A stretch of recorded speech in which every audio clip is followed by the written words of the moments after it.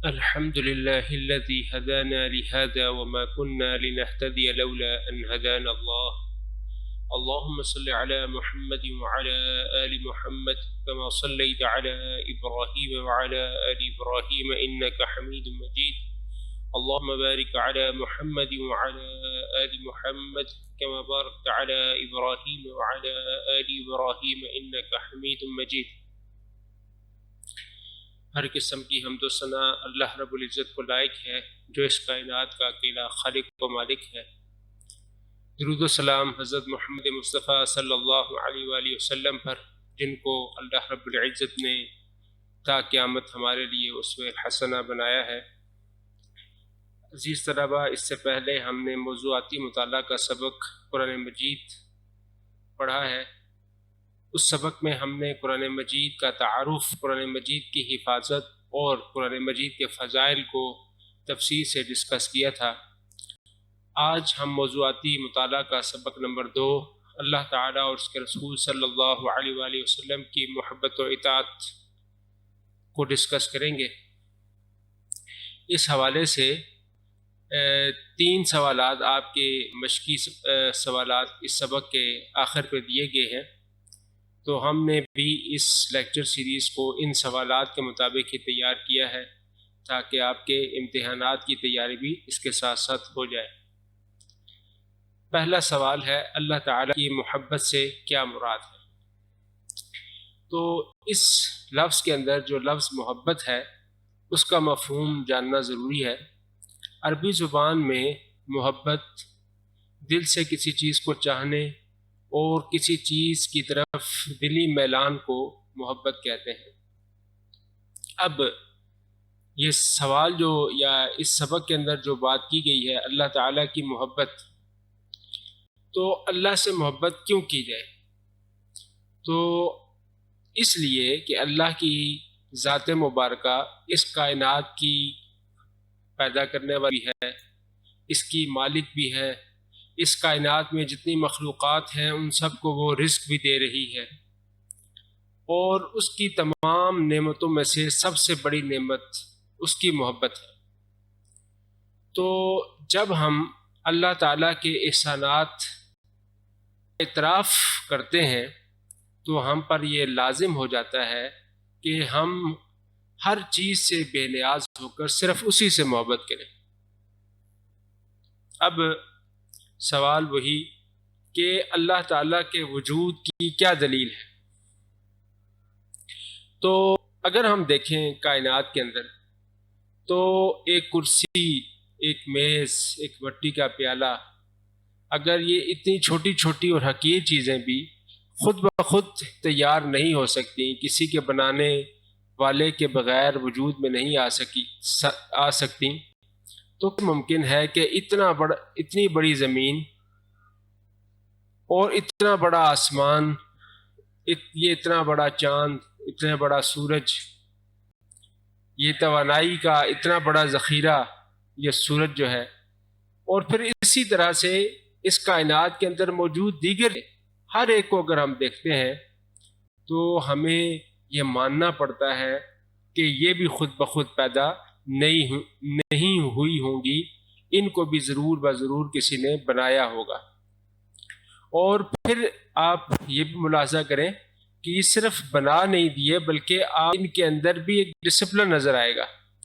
اللہ تعالیٰ نے قرآن مجید میں فرمایا لا الشمس ينبغي لها ان تدرك القمر ولا الليل سابق النهار، کہ سورج کی یہ مجال نہیں ہے کہ چاند کے مدار میں جا گھسے، اور نہ رات کی یہ مجال ہے کہ وہ دن سے پہلے آ جائے۔ اور اسی طرح یہ تمام کے تمام جو سیارے ہیں، فرمایا وَكُلٌّ فِي فَلَكٍ يَسْبَحُونَ، ہر ایک اپنے اپنے مدار میں تیر رہا ہے۔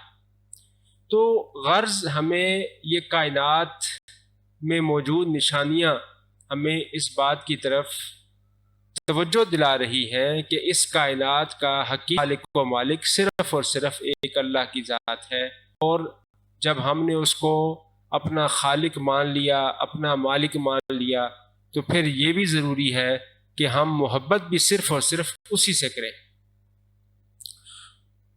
انسان کی عظمت بڑائی اسی بات میں ہے کہ وہ اپنے خالق کو تسلیم کرے۔ محبت میں سرشار رہے، اس کے احکامات پر عمل کرتا رہے۔ اللہ تعالیٰ نے بھی قرآن مجید میں فرمایا یا ایھا الناس اعبدوا ربکم الذی خلقکم، اے لوگو تم اپنے پروردگار کی عبادت کرو جس نے تمہیں پیدا کیا۔ تو جس کا کھاتے ہو اسی کا گاؤ۔ جب کی تمام نعمتیں استعمال کر رہے ہو، اس کی تمام انعامات کو صبح دوپہر شام وصول کر رہے ہو، تو پھر تمہارے اوپر ضروری ہو جاتا ہے کہ تم پھر اسی کے آگے جھکو، اپنی گردن اپنا سر اسی کے آگے جھکاؤ۔ تو انسان سے اللہ تعالیٰ چاہتے بھی یہ ہیں کہ جب میں نے اے انسان تجھے پیدا کیا ہے تو تو پھر عبادت بھی میری ہی کر۔ وَإِلَٰهُكُمْ إِلَٰهٌ وَاحِدٌ، تمہارا پروردگار ایک ہی معبود ہے، ایک ہی عبادت کے لائق ہے۔ تو جب تم نے اس کو مان لیا اپنا خالق اپنا مالک، تو ضروری ہے کہ حکم بھی اسی کا مانو۔ آنکھیں اگر اس نے دی ہیں تو یہ اسی کی رضا کے مطابق دیکھنے لگیں۔ کان اگر اس پروردگار عالم نے عطا فرمائے ہیں تو یہ کان بھی اسی کے فرامین کو سنیں اور اس کو قبول کریں۔ اگر اللہ تعالیٰ نے یہ ہمیں عقل دی ہے تو یہ عقل بھی اسی پروردگار کی قدرت طاقت اور ذات پر غور و فکر کریں۔ دیکھیے انسانوں میں اور جانوروں میں فرق جو ہے وہ کس کا ہے؟ عقل کا ہے۔ اللہ تعالیٰ نے انہیں عقل نہیں دی، ہمیں عقل دینے کے لیے سمجھ دی ہے۔ تو چاہتے اللہ تعالیٰ ہمیں بھی اس کیٹیگری میں ڈال سکتے تھے، لیکن یہ اس نے ہم پر انعام کیا، ہمیں اشرف المخلوقات بنایا ہے، تو ہم پر یہ ضروری ہو جاتا ہے کہ ہم صرف اور صرف اس اللہ تعالیٰ کی ہی عبادت کریں، اسی کے حکم کو قبول کریں، دی ہوئی عقل اور فہم کو استعمال کرتے ہوئے اس کی قدرت طاقت اور ذات مبارکہ پر غور و فکر کریں۔ اسی طرح سے انسانی سوچ بھی اس بات کی دعوت انسان کو دیتی ہے کہ دیکھیے اگر کوئی انسان ہم پر کوئی چھوٹا کر دے تو ہم ساری زندگی اس کے احسان کو یاد رکھتے ہیں اور اس احسان کی وجہ سے اس سے محبت کرتے ہیں۔ تو جب ایک پروردگار عالم جو پل پل انسان کے اوپر احسانات کیے جا رہا ہے، انسان کی آسائش آرام کا خیال رکھے ہوئے ہے، تو پھر محبت بھی سب سے زیادہ بڑھ کر اس سے ہو۔ تو ایمان کا تقاضا بھی یہی ہے، ہم نے جو ایمان قبول کیا ہے تو ہم پر یہ ضروری ہو جاتا ہے کہ ہم محبت بھی صرف اور صرف اللہ تعالیٰ سے کریں۔ اور اللہ تعالیٰ نے اہل ایمان کی خوبی بیان کرتے ہوئے فرمایا ہے الذین آمنوا اشد حبا للہ، اور جو ایمان والے ہیں وہ اللہ سے بہت شدید محبت کرنے والے ہیں۔ تو ایمان کا تقاضا یہ ہے کہ انسان اللہ رب العزت سے محبت کرے۔ اللہ تعالیٰ سے محبت کی نشانی کیا ہے؟ تو نبی علیہ السلام نے فرمایا اللہ کے بندوں میں سے کچھ ایسے بھی ہیں جو نبی بھی نہیں ہیں، شہید بھی نہیں ہیں، لیکن قیامت کے دن ان کے مرتبہ کی وجہ سے انبیاء اور شہداء بھی ان پر رشک کریں گے۔ تو حیرت سے سوال کیا اللہ کے رسول وہ کون لوگ ہیں؟ ہمیں بھی بتائیے۔ آپ صلی اللہ علیہ وسلم نے فرمایا یہ وہ لوگ ہیں جنہوں نے بغیر کسی رشتہ اور قرابت کے اور بغیر کسی لین دین کے صرف اور صرف اللہ کے لیے آپس میں محبت کی، یعنی اللہ کے لیے ہی ان کی محبت تھی۔ اللہ تعالیٰ نے بھی اس محبت کی علاج رکھی کہ انہیں اتنا اعلیٰ مقام عطا فرمائے گا قیامت کے دن کہ انبیاء اور شہداء بھی اس پر رشک کریں گے۔ پھر اسی طرح سے ایسے لوگ جو باہم اللہ کے لیے محبت کرتے ہیں، اللہ تعالیٰ ان کی قدردانی قیامت کے دن ان کو اپنے عرش کے نیچے جگہ دیں گے، جس دن اس کے عرش کے سوا کوئی سایہ نہیں ہوگا۔ نبی علیہ السلام کا فرمان ہے قیامت کے دن اللہ تعالیٰ ارشاد فرمائیں گے کہاں ہیں وہ میرے بندے جو میری جلال کی وجہ سے باہمی محبت کرتے تھے؟ آج جب کہ میرے سائے کے سوا کوئی سایہ نہیں ہے، میں اپنے بندوں کو اپنے سایہ میں جگہ دوں گا۔ یہ کتنا پروٹوکول اللہ تعالیٰ ان کو دے رہے ہیں، اور اس پروٹوکول کی وجہ یہ نہیں ہے کہ ان کے پاس بہت زیادہ مال و دولت ہے یا بہت زیادہ حسین ہے یا وہ بہت صاحب اقتدار لوگ ہیں، نہیں، اس کی وجہ صرف کہ وہ باہم اللہ کے لیے محبت کرتے تھے دنیا میں۔ اسی طرح سے ایمان کی تکمیل کا ذریعہ قرار دیا گیا ہے اللہ تعالیٰ سے محبت کو، اور جس عمل میں محبت نہ ہو تو وہ عمل بھی کھوکھلا ہے، خالی ہے اندر سے. یعنی جس طرح سے بادام ہے، جو اصل چیز ہے وہ اس کی گری ہے، اگر بادام کو آپ نے توڑا اس کے اندر سے کچھ بھی نہ نکلا یا کوئی خراب سی کوئی چیز نکل آئی، تو اسی طرح سے اگر کوئی عمل انسان اللہ کی محبت کے بغیر کر رہا ہے تو اس کی مثال بھی اسی کھوکھلے اخروٹ بادام کی طرح ہے. تو فرمایا کہ جس نے اللہ کے لیے محبت کی اور اللہ کے لیے بغض رکھا، اللہ کی رضا کے لیے عطا کیا اور اللہ کی رضا کے لیے اپنے مال کو روکا، تو اس نے اپنے ایمان کو مکمل کر دیا. تو یہ ایمان کیا ہے؟ اللہ تعالیٰ سے محبت کرنا. اور اسی طرح سے نبی علیہ الصلوۃ والسلام نے اس کو سب سے افضل ترین عمل قرار دیا ہے. ایک دفعہ رسول اللہ صلی اللہ علیہ وسلم نے صحابہ کرام سے پوچھا، کیا تم جانتے ہو کہ اللہ تعالیٰ کو کون سا عمل سب سے زیادہ پسندیدہ اور پیارا ہے؟ تو ایک صحابی نے کہا اللہ کا، دوسرے نے کہا جہاد.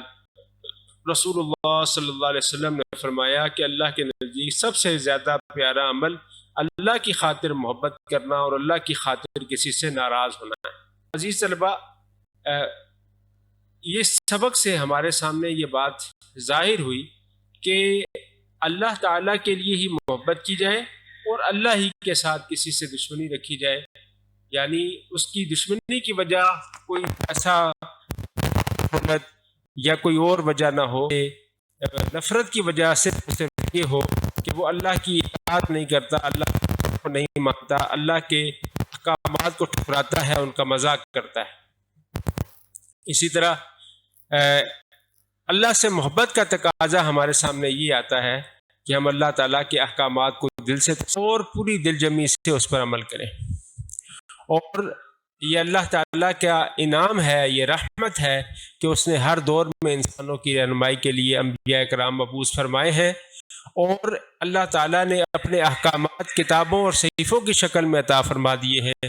ہمارے لیے بھی رسول اللہ صلی اللہ علیہ وسلم کے ذریعے ہدایت کا سلسلہ نازل فرما دیا ہے تا قیامت تک. اسی طرح سے اللہ تعالیٰ نے تا قیامت ہدایت کا ذریعہ ہمارے پاس قرآن مجید کی شکل میں اتارا ہے، جس پر ہم عمل پیرا ہو کر دنیا میں کامیاب اور آخرت میں اس کے عذاب سے نجات پا سکتے ہیں. اللہ کے حضور کامیابی کے لیے، اپنے ایمان کی تکمیل کے لیے تو ضروری ہے کہ اللہ تعالیٰ سے ہی شدید ترین محبت ہونی چاہیے اور اللہ رب العزت کو ہی اپنا حقیقی کارساز اور خالق مانتے ہوئے اس کی فرما برداری بھی کی جائے. تو ایسا یہ ہے کہ اللہ تعالیٰ کے بے شمار احسانات کا تقاضا یہ ہے کہ انسان صرف اور صرف اللہ تعالیٰ سے ہی محبت کرے. ہمارا اگلا جو سبق ہے یا سوال ہے اس کی طرف ہم چلتے ہیں. اگلا سوال ہمارا ہے رسول اللہ صلی اللہ علیہ وسلم کی محبت سے کیا مراد ہے، اور یہ سوال کو تھوڑا سا بعض دفعہ چینج کر کے یا ریفریش کر کے بھی پوچھا جاتا ہے. قرآن و حدیث کے مطابق نبی علیہ الصلوۃ والسلام کے ساتھ کرے. تو بعض دفعہ یہ سنگل سوال دے دیا جاتا ہے، بعض دفعہ اس کے ساتھ اگلا سوال جو ہم ابھی پڑھیں گے رسول اللہ صلی اللہ علیہ وسلم کی اطاعت سے کیا مراد ہے، بعض دفعہ اس کو بھی جوڑ دیا جاتا ہے. تو کبھی یہ دو سوال اکٹھے کر دیے جاتے ہیں، کبھی الگ الگ پوچھے جاتے ہیں. تو ہم نے اس کو الگ الگ کر دیا ہے. آپ کی محبت کا جو مفہوم تھا وہ ہم نے ابھی کچھ ہی دیر پہلے ذکر کیا کہ محبت دلی چاہت اور دلی میلان کو کہتے ہیں، اور رسول اللہ صلی اللہ علیہ وآلہ وسلم کے انسانیت پر بے شمار احسانات ہیں. تو ان احسانات کا تقاضا یہ ہے کہ رسول اللہ صلی اللہ علیہ وسلم اپنی جان، اپنے مال، اپنی اولاد، اپنے والدین، ہر چیز سے زیادہ محبت کی جائے.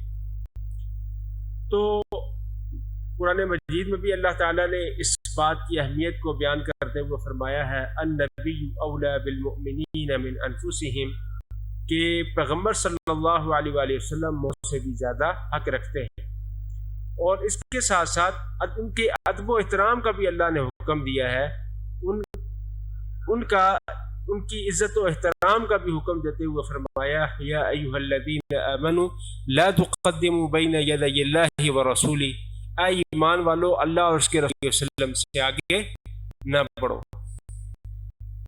وسلم کے احسانات کا تقاضا بھی یہ ہے کہ رسول اللہ صلی اللہ علیہ وسلم سے اپنی جان سے بڑھ کر محبت کی جائے، رسول اللہ صلی اللہ علیہ وسلم کی تعلیمات پر عمل کیا جائے، اور نبی کریم صلی اللہ علیہ وآلہ وسلم سے محبت و عقیدت کے اظہار کے لیے رسول اللہ صلی اللہ علیہ وسلم پر کثرت سے درود و سلام بھیجا جائے۔ اللہ تعالیٰ فرماتے ہیں ان اللہ وملائکتہ یصلون علی النبی یا ایھا الذین آمنوا صلوا علیہ وسلموا تسلیما، بے شک اللہ اور اس کے فرشتے نبی صلی اللہ علیہ وآلہ وسلم پر درود بھیجتے ہیں، اے ایمان والو تم بھی ان پر درود و سلام بھیجا کرو۔ تو یہ کتنا عظیم الشان ہم کو اللہ اور اس کے فرشتے بجا لا رہے ہیں، تو اللہ تعالیٰ حکم دے رہے ہیں کہ اس کام کو اللہ اور اس کے فرشتے سر انجام دیتے ہیں۔ اے ایمان والو اگر تم بھی عزت و وقار چاہتے ہو اور اللہ رب العزت کے ہاں برتری اور تو تم بھی رسول اللہ صلی اللہ علیہ وآلہ وسلم پر درود و سلام بھیجا کرو۔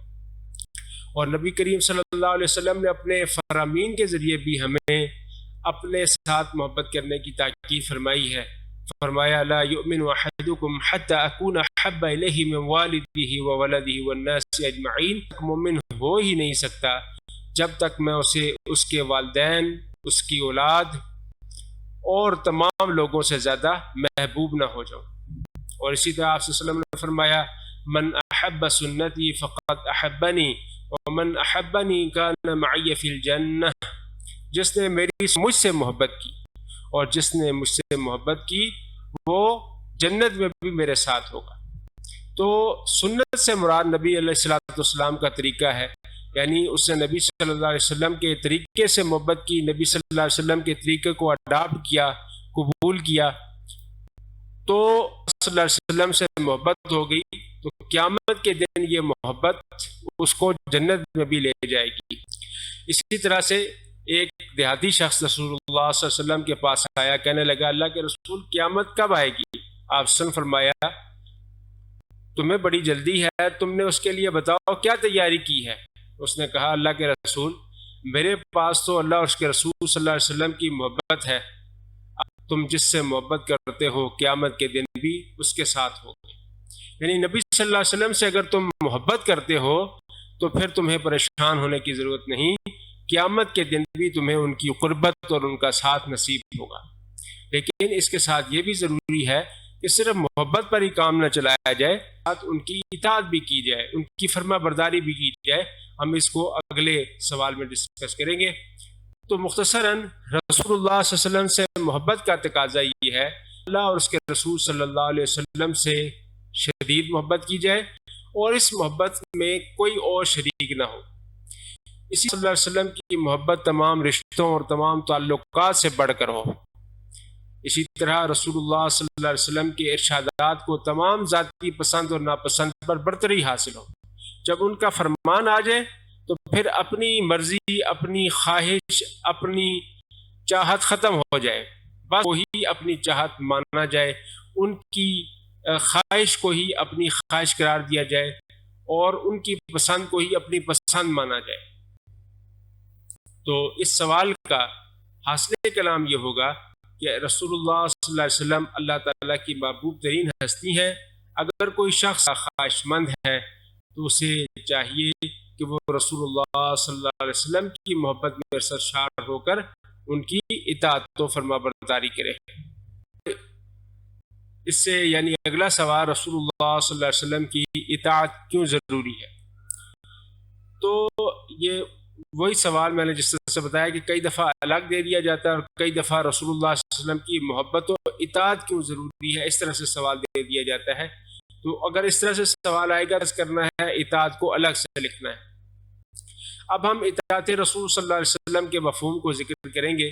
اطاعت کا لغوی مطلب ہے تابعداری کرنا، فرما برداری کرنا، حکم ماننا، کسی حکم پر چلنا۔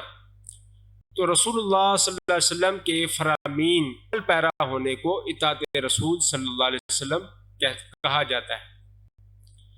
اب اطاعت رسول صلی اللہ علیہ وسلم کی ضرورت کیوں ہے؟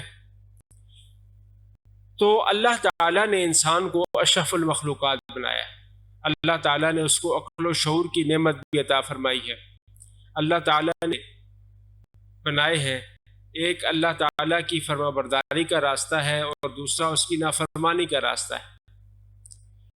تو انسان عقل اور شعور کے باوجود بھی گمراہی کا شکار ہو جاتا ہے، شیطان کے چنگل میں آ کر وہ گمراہی کے راستے کو اللہ نے انسان کی رہنمائی کے لیے اس کو ڈائریکٹ تو تعلیم نہیں دی، لیکن انبیاء کرام اور رسول ہر دور میں بھیجے ہیں جو انسانوں کی رہنمائی کے لیے ہر دور میں موجود رہے ہیں۔ ان انبیاء میں حضرت محمد اللہ کے آخری رسول ہیں۔ اللہ تعالیٰ نے ان سے محبت اور ان کی اطاعت کو ایمان کا درجہ قرار دیا۔ اگر کوئی شخص یہ چاہتا ہے کہ وہ اپنے ایمان کی تکمیل کرے تو وہ اللہ اور اس کے رسول صلی اللہ علیہ وآلہ وسلم کی اطاعت و فرما برداری کرے، اور رسول اللہ صلی اللہ علیہ وسلم کی اطاعت قرار دیا ہے۔ تو رسول اللہ صلی اللہ علیہ وسلم کی جو اطاعت کرے گا وہ دراصل اللہ کی اطاعت کرے گا۔ قرآن مجید میں بارہا مسلمانوں کو اس بات کی تاکید کی گئی ہے کہ وہ رسول اللہ صلی اللہ علیہ وسلم کی زندگی کو، سیرت طیبہ کو اپنی زندگی کے اندر اپنائیں۔ رسول اللہ اسوۃ حسنہ، تمہارے لیے رسول اللہ صلی اللہ علیہ وسلم بہترین نمونہ ہے۔ تو اب اس آیت مبارکہ میں رسول اللہ صلی اللہ علیہ وسلم کی سیرت طیبہ کو اپنانے کی اور اس پر عمل کرنے کی تاکید کی گئی ہے۔ اسی لیے رسول اللہ صلی اللہ علیہ وسلم کی اطاعت کو اپنی اطاعت قرار دیا ہے۔ تو اللہ تعالیٰ نے فرمایا من یطع الرسول فقد اطاع اللہ، جس نے رسول اللہ صلی اللہ علیہ وسلم کی اطاعت کی اس نے اللہ کی اطاعت کی۔ اور اسی طرح سے ایمان کی لذت کے حصول کے لیے لازمی قرار دیا۔ رسول اللہ صلی اللہ علیہ وسلم نے فرمایا کہ ایمان کا مزہ اس شخص نے چکھا جس نے اللہ کو اپنا رب، اسلام کو اپنا دین اور محمد صلی اللہ علیہ وآلہ وسلم کو اپنا دل و جان سے رسول تسلیم کیا۔ اور اسی طرح سے اسلام کی نافرمانی کی، ان کے بارے میں بھی اللہ تعالیٰ نے واضح اشارہ دے دیا، فرمایا کہ وہ لوگ جو اللہ اور اس کے رسول کے حکم کو نہیں مانتے وہ جہنم میں پڑے ہوئے کہیں گے یا لیتنا اطعنا اللہ و اطعنا الرسول، کہ اے کاش علیہ وآلہ وسلم کی اطاعت کی ہوتی، ان کی بات کو مان لیا ہوتا۔ اللہ تعالیٰ کی محبت بھی بلکہ فرمایا گیا کہ اگر کوئی شخص اللہ تعالیٰ کی اگر محبت حاصل کرنا چاہتا ہے، اللہ کا محبوب بننا چاہتا ہے، تو وہ رسول اللہ صلی اللہ علیہ وسلم کے اسوہ حسنہ کی پیروی کرے، رسول اللہ صلی اللہ علیہ وسلم کو اپنا آئیڈیل تسلیم کرے۔ تم تحبون اللہ فاتبعونی یحببکم اللہ ویغفر لکم ذنوبکم واللہ غفور الرحیم۔ کہہ دیجیے اگر تم اللہ سے محبت کرتے ہو تو میری پیروی کرو، اللہ بھی تم سے محبت کرے گا اور تمہارے گناہوں کی بخشش فرما دے گا، اور اللہ تعالیٰ بڑے بخش۔ اور اس کے ساتھ ساتھ اس بات کی بھی تاکید کی گئی کہ جب تم اطاعت کی طرف چلو گے تو اپنے آپ کو مکمل طور پر مکمل طور پر رسول اللہ صلی اللہ علیہ وسلم کے سپرد کر دو۔ ایسا نہیں ہے کہ جہاں پر تمہارا دل چاہے ادھر ان کی بات کو مان لیا، اس کے رسول صلی اللہ علیہ وسلم کا حکم تمہارے دل اور خواہش کے خلاف آ گیا، وہاں پر تم خاموشی سے ان کے حکم کو چھوڑ کر نکل گئے، ایسا نہیں ہے۔ فرمایا فلا وربک لا یؤمنون حتی یحکموک فیما شجر بینہم ثم لا یجدوا فی انفسہم حرجا مما، تمہارے رب کی قسم یہ لوگ اس وقت تک ایمان والے نہیں ہو سکتے جب تک اپنے تنازعات میں آپ صلی اللہ علیہ وسلم کا حکم نہ مان لیں، اور پھر جو فیصلہ آپ صلی اللہ علیہ وسلم کر دیں اس پر تنگ دل نہ ہو، بلکہ پورے طور۔ تو یہ بھی ضروری ہو جاتا ہے کہ جب تم نے اللہ اور اس کے رسول صلی اللہ علیہ وآلہ وسلم کی اطاعت کو قبول کر لیا ہے، ان کی اطاعت کو اپنے اوپر لازم کرنے کے لیے چل پڑے ہو، تو پھر یہ بھی ضروری ہے کہ اور اگر کوئی فیصلہ ان کا تمہارے خلاف آ جائے تو اس فیصلے کو بھی دل و جان سے قبول کرو. اسلام نے اپنے فرامین میں بھی اس بات کی تاکید کی ہے، اس بات کی طرف اشارہ فرمایا ہے. آپ صلی اللہ علیہ وسلم فرمایا لا یؤمن احدکم حتی یکون ہواہ تبعا لما جئت بہ، تم میں سے کوئی اس وقت تک مومن نہیں ہو سکتا جب تک اس کی خواہشات اس تعلیم کے مطابق نہ ہو جائیں جو میں لایا ہوں. من اطاعنی فقد اطاع اللہ ومن عصانی فقد عصى اللہ، جس نے میری اطاعت کی اس نے اللہ کی اطاعت کی، اور جس نے میری نافرمانی کی اس نے اللہ کی نافرمانی کی. اور اسی طرح فرمایا کہ کل امتی یدخل الجنت الا من ابا، میری ساری امت جنت میں داخل ہوئی، جنت میں جانے سے انکار کر دے. تو صحابہ کرام نے کہا اللہ کے رسول وہ کون بدبخت ہے جو جنت میں جانے سے انکار کر دے؟ آپ نے فرمایا من اطاعنی دخل الجنہ، جس نے میری اطاعت کی وہ جنت میں داخل ہو گیا، اور جس نے میری نافرمانی کی، میری بات کو نہیں مانا، تو اس نے خود ہی جنت میں جانا. اس سبق کا حاصل کلام یہ ہے کہ محبت و اطاعت لازم و ملزوم ہے، بغیر محبت کے اطاعت ہو نہیں سکتی، اور اطاعت کے بغیر محبت کا دعویٰ بھی فضول ہے.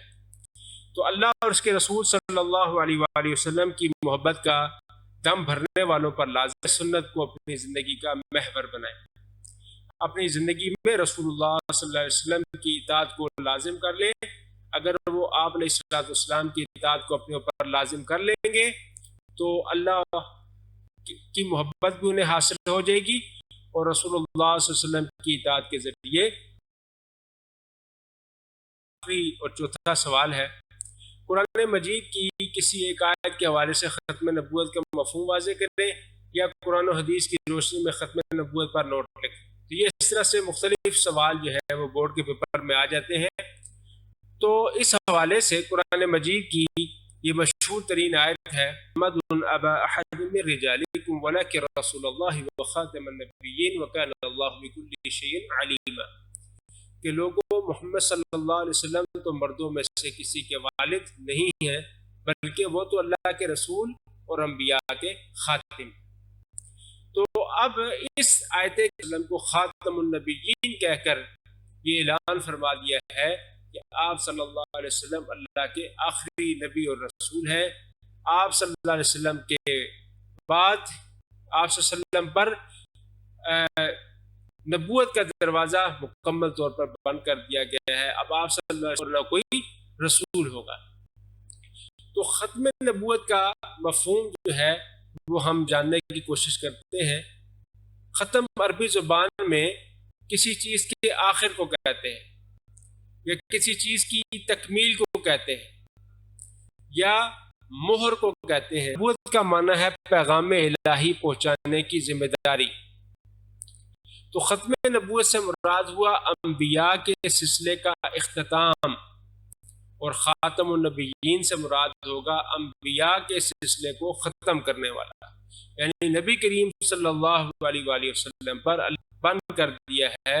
اب آپ صلی اللہ علیہ وسلم کے بعد نہ تو کوئی نبی ہوگا اور نہ کوئی رسول ہوگا. 100 سے زائد ایسی آیات موجود ہیں جن میں ختم نبوت کا مفہوم واضح کیا گیا ہے، جن میں اس بات کی طرف اشارہ کیا گیا ہے کہ اب آپ علیہ السلام ہی آخری نبی اور آخری رسول ہیں. یوم عرفہ کے موقع پر رسول اللہ صلی اللہ علیہ وسلم پر نازل ہوئی کہ ہدایت کا سلسلہ آپ صلی اللہ علیہ وسلم پر اتمام کو بھی پہنچ چکا ہے اور اختتام کو بھی پہنچ چکا ہے. جس طرح سے اللہ تعالیٰ کا ارشاد ہے الیوم اکملت لکم دینکم واتممت علیکم نعمتی ورضیت لکم الاسلام دینا، مکمل کر دیا ہے، تم پر اپنی نعمت تمام کر دی ہے اور تمہارے لیے اسلام کو بطور دین پسند کر لیا ہے. تو جب دین مکمل ہو چکا، نعمت تمام ہو چکی، دین اسلام اللہ تعالیٰ نے تا قیامت مسلمانوں کے لیے نبی کی ضرورت رہی نہ کسی رسول کی ضرورت باقی رہی. اور آپ علیہ السلام کو اللہ تعالیٰ نے یہ خاص نعمت بھی عطا فرمائی کہ آپ علیہ الصلوۃ والسلام سے پہلے انبیاء کرام کسی خاص قوم اور اس طرح سے مختلف معاشرے تشکیل پاتے تھے، لیکن رسول اللہ صلی اللہ علیہ وسلم کی آمد سے بین الاقوامیت کا تصور ابھرا۔ آپ علیہ الصلوۃ والسلام کو تمام انسانیت کی طرف نبی بنا کر بھیجا گیا، جس میں فرمایا گیا قل یا ایھا الناس انی رسول اللہ، لوگوں میں تم سب کی طرف رسول بنا کر بھیجا گیا ہوں۔ جب رسول اللہ صلی اللہ علیہ وسلم کو ساری انسانیت کی طرف نبی بنا کر بھیجا گیا ہے تو اس سے یہ واضح ہو گیا کہ اب کسی اور نبی یا رسول کا انتظار نہیں کیا جائے گا، بلکہ ساری انسانیت رسول اللہ صلی اللہ علیہ وسلم کے در سے انہیں ہدایت ملے گی۔ صلی اللہ علیہ وسلم کی آمد سے جو پریشانی تھی وہ ختم ہو گئی، نبی اور رسول کی تلاش کا مرحلہ ختم ہو گیا۔ اب تا قیامت اسلام پر ہی عمل کیا جائے گا، اور اسلام کے سوا اگر کوئی شخص کسی اور دین کو قبول کرے گا یہ کیا جائے گا۔ اس کی طرف بھی اللہ تعالیٰ نے ہمیں واضح پیغام دے دیا، وَمَن يَبْتَغِ غَيْرَ الْإِسْلَامِ دِينًا فَلَن يُقْبَلَ مِنْهُ، اور جو کوئی اسلام کے علاوہ کوئی اور دین چاہے گا وہ اسے ہرگز قبول نہیں کیا جائے گا۔ اور قرآن مجید کی دیگر اللہ علیہ وسلم اللہ کے آخری رسول ہیں۔ سورۃ البقرہ کی ابتدائی آیات میں اللہ تعالیٰ مومنین کے متقین کی صفات بیان کرتے ہوئے فرماتے ہیں، متقین وہ لوگ ہیں جو اس کتاب پر لاتے ہیں جو آپ صلی اللہ علیہ وسلم پر نازل کی گئی اور ان کتابوں پر بھی ایمان لاتی گئی، لیکن یہ نہیں کہا گیا کہ آپ صلی اللہ علیہ وسلم کے بعد نازل ہونے والی کتاب یا کتابوں پر بھی ایمان لائیں گے۔ تو اس سے معلوم ہوا کہ رسول قرآن مجید کی یہ آیت بھی ختم نبوت پر دلیل پیش کر رہی ہے۔ اسی طرح سے احادیث مبارکہ میں بھی اس طرف ہدایت دی گئی ہے۔ نبی علیہ الصلوۃ والسلام نے ایک حدیث مبارکہ میں فرمایا کہ میری اور مجھ سے پہلے انبیاء کی مثال اس شخص کی ہے جس نے گھر تعمیر کیا، اسے ہر طرح سے مکمل کر لیا مگر ایک اینٹ کی جگہ مکمل کر دیا۔ اسی طرح سے رسول اللہ صلی اللہ علیہ وسلم پر اللہ تعالیٰ نے نبوت کا سلسلہ مکمل کر دیا ہے، ختم کر دیا ہے۔ آپ علیہ السلام نے اس بارے میں فرمایا نبوت اور رسالت کا سلسلہ ختم ہو چکا ہے، سو میرے بعد نہ تو کوئی نبی ہوگا اور نہ آپ علیہ السلام نے فرمایا میرے بعد اگر کوئی نبی ہوتا تو وہ عمر بن خطاب رضی اللہ تعالیٰ عنہ ہوتے۔ اسی طرح ایک اور موقع پر فرمایا بنی اسرائیل کی قیادت انبیاء کرام کیا کرتے تھے، جب کوئی نبی فوت ہو جاتے تو دوسرے نبی ان کے جانشین ہوتے، رسول ہوگا بلکہ خلفاء ہوں گے۔ اسی طرح سے ایک اور موقع پر آپ نے فرمایا مجھے 6 باتوں میں انبیاء کرام پر فضیلت دی گئی ہے، ان میں سے ایک یہ ہے کہ میرے اوپر نبوت کا سلسلہ ختم کر دیا گیا۔ مجید کی ان تصریحات کے ساتھ ساتھ صحابہ کرام کا عمل اور صحابہ کرام کا ختم نبوت پر اجماع رہا ہے، اور تاریخی روایات بھی اس بات کی شاہد ہیں کہ نبی کریم صلی اللہ علیہ وآلہ وسلم کے وصال کے بعد جن لوگوں نے بھی نبوت کا جھوٹا دعویٰ کیا ان سب جھوٹے مدعیان نبوت کے خلاف جہاد کیا، انہیں کافر کردار تک پہنچایا۔ اس سلسلے میں مسیلمہ کذاب کی مثال خاص طور پر قابل ذکر ہے کہ یہ شخص نبی صلی اللہ علیہ وسلم کی نبوت کا انکاری ہی نہیں تھا بلکہ ان کے ساتھ شریک نبوت بنایا گیا۔ حضرت ابوبکر صدیق نے اسے کافر اور خارج از اسلام قرار دیا۔ صحابہ کرام رضی اللہ عنہم نے بھی آپ صلی اللہ علیہ وسلم کی تائید کی اور مسیلمہ کذاب اور اس کے پیروکاروں کے خلاف جنگ مسلمہ میں یہ مسئلہ متفقہ رہا ہے کہ ہر نئی نبوت کا داعی جھوٹا اور کذاب ہے اور اسلام سے خارج ہے، اس کا اسلام سے کوئی لینا دینا نہیں ہے۔ اللہ تعالیٰ نے اب اس سبق اللہ تعالیٰ نے حضور صلی اللہ علیہ وسلم کو باقی انبیاء کی نسبت دین کامل عطا کیا۔ آپ صلی اللہ علیہ وآلہ وسلم کی شریعت کو تمام انسانوں کے لیے عام اور تمام زمانوں کے لیے کافی قرار دیا۔ لیے اب صرف اور صرف دین اسلام پر ہی عمل ہوگا۔ اس ہو چکا ہے، تمام انسانیت کو یہ پیغام دے دیا گیا ہے کہ ان کے لیے تا قیامت صرف اور صرف اسلام پر ہی عمل کیا جائے گا، اور رسول اللہ صلی اللہ علیہ وسلم کو اللہ کا آخری نبی تسلیم کیا جائے گا۔ تو اس طرح سے ہمارا اس سبق کا اختتام ہوتا ہے۔ سمجھ آ گئی ہوگی، آپ نے اس کو خوب اچھی طرح سمجھ لیا ہوگا۔ اللہ تعالیٰ سے دعا ہے کہ جو کچھ ہم نے کہا اس پر ہمیں عمل کرنے کی بھی توفیق عطا فرمائے۔ اقول قولی ھذا واستغفر اللہ لی ولکم ولسائر المسلمین، والسلام علیکم۔